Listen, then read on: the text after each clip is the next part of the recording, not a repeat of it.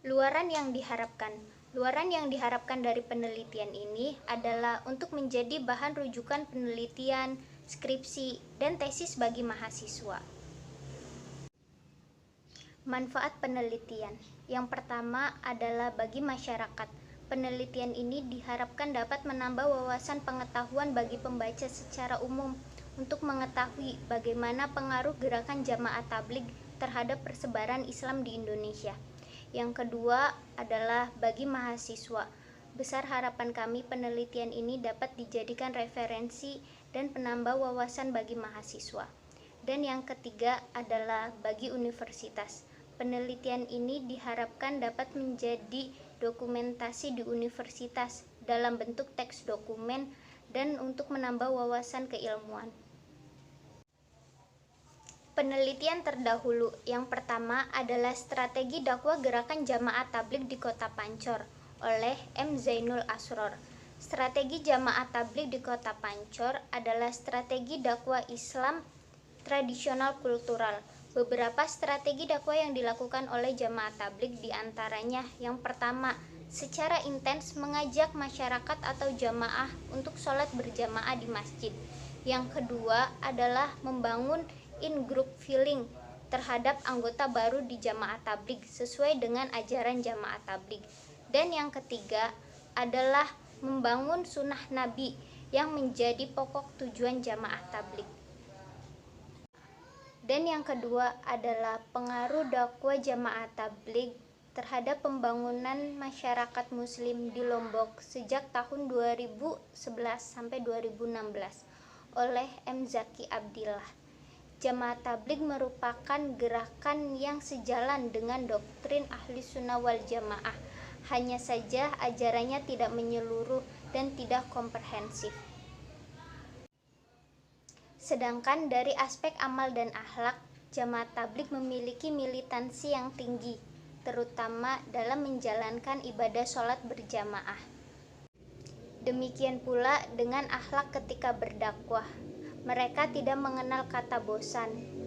Bahkan ketika ada seseorang yang tidak menyukai kehadiran mereka, mereka rela membalas dengan senyuman dan kerelaan. Itulah yang menjadi pemikat kelompok ini.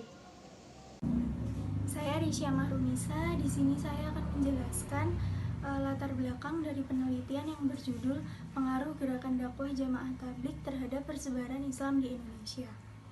Jamaah tabligh merupakan gerakan dakwah transnasional yang berasal dari India. Di Indonesia, gerakan ini mulai muncul pada dekade 1970-an dengan pusatnya di Masjid Kebonjeruk, Jakarta.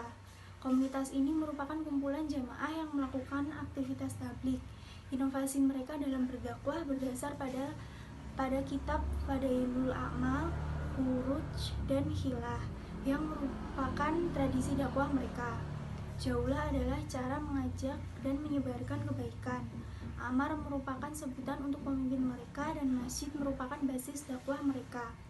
Komunitas ini menggunakan metode dakwah yang simpatik dan akhlak yang baik dengan semangat ukhuwah dan tidak sektaran serta menghindari masalah khilafiyah, namun mengutamakan rasa persaudaraan. Mereka juga bagian dari kekuatan Islam yang bekerja sama dengan kekuatan Islam lainnya.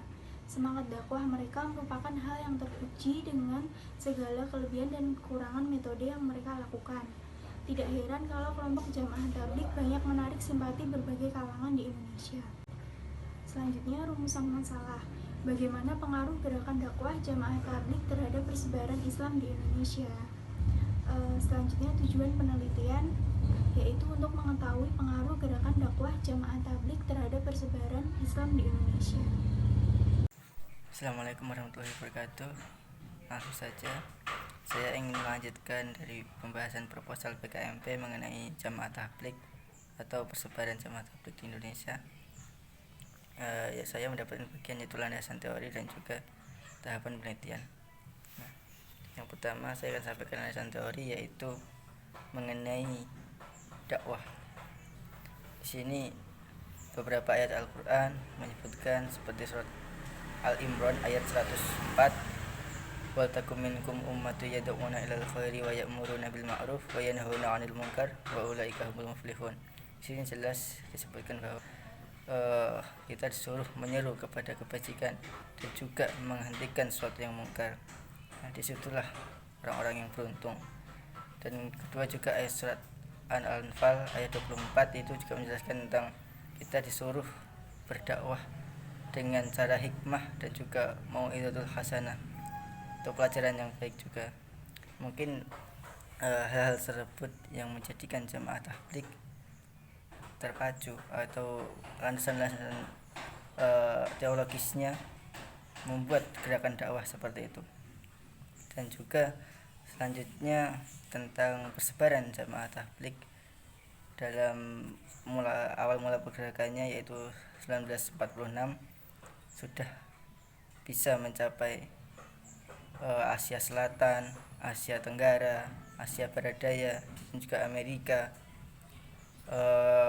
Dan juga ada beberapa fokus atau titik-titik di mana setiap ada perkumpulan jamaah tabligh di suatu negara tersebut, maka disitulah nanti jamaah tabligh akan berkembang.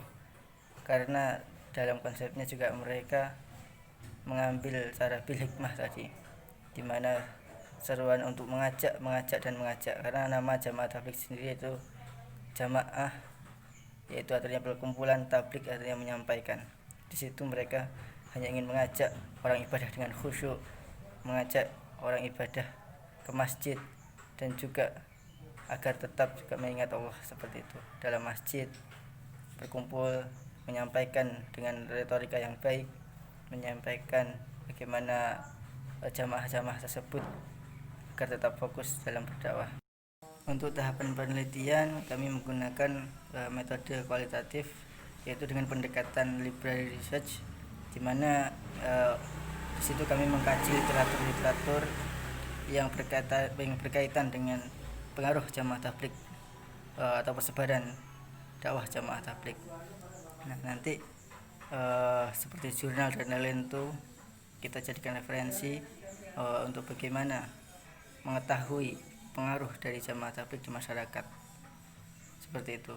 Mungkin sekian, bisa dilanjutkan ke pembahasan selanjutnya. Selanjutnya adalah teknik pengumpulan data, yakni dengan mencari dan mengumpulkan data-data berupa jurnal atau skripsi yang berkaitan dengan judul pembahasan. Selanjutnya yakni teknik pengolahan data dalam penelitian ini, yaitu dilakukan dengan mengumpulkan beberapa referensi yang relevan atau berkaitan dengan topik yang sedang diteliti. Informasi tersebut berupa laporan penelitian, jurnal-jurnal penelitian, karya-karya ilmiah, dan sumber-sumber media lain.